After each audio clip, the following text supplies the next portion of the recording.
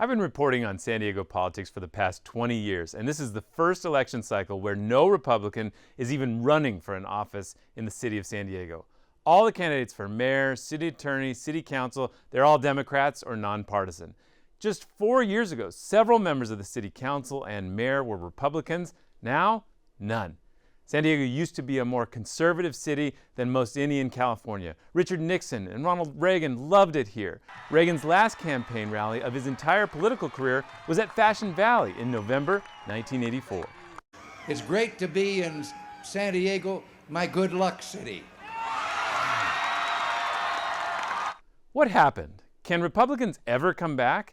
San Diego's local races are technically nonpartisan, but parties can help candidates raise money and send mailers about their endorsed candidates. Republicans really started to lose traction about 16 years ago when Barack Obama was elected president.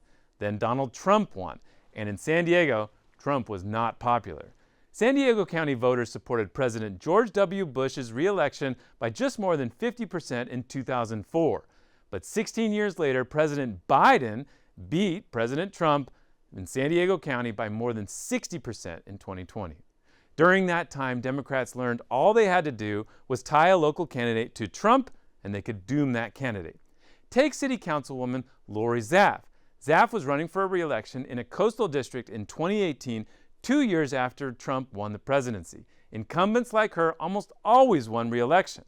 But Democrats and labor groups inundated voters with messages connecting her to Trump, and she lost by 15 points. This year, we're going to see a new test. Former San Diego Mayor Kevin Faulconer, one of the last Republicans in city politics, is running for county supervisor. He hopes to oust an incumbent, Democrat Tara Lawson-Remer. And now Lawson-Remer is doing the same thing. This is a billboard she put up in Ocean Beach. Here's why it matters.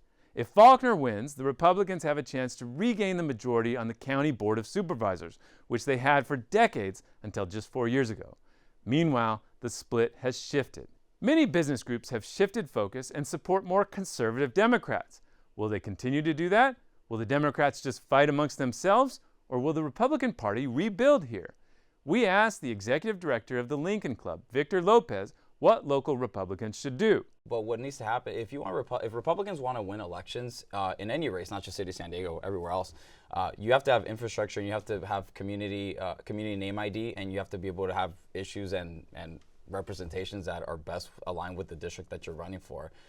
Democrat or Republican, if you don't have infrastructure, if you don't have a plan, if you don't have good community backing, you're going to have a really tough time getting elected. So that's the first thing to watch on election night, that county supervisor race. If Faulconer wins, the Republican wins, maybe former President Trump no longer is holding back local candidates.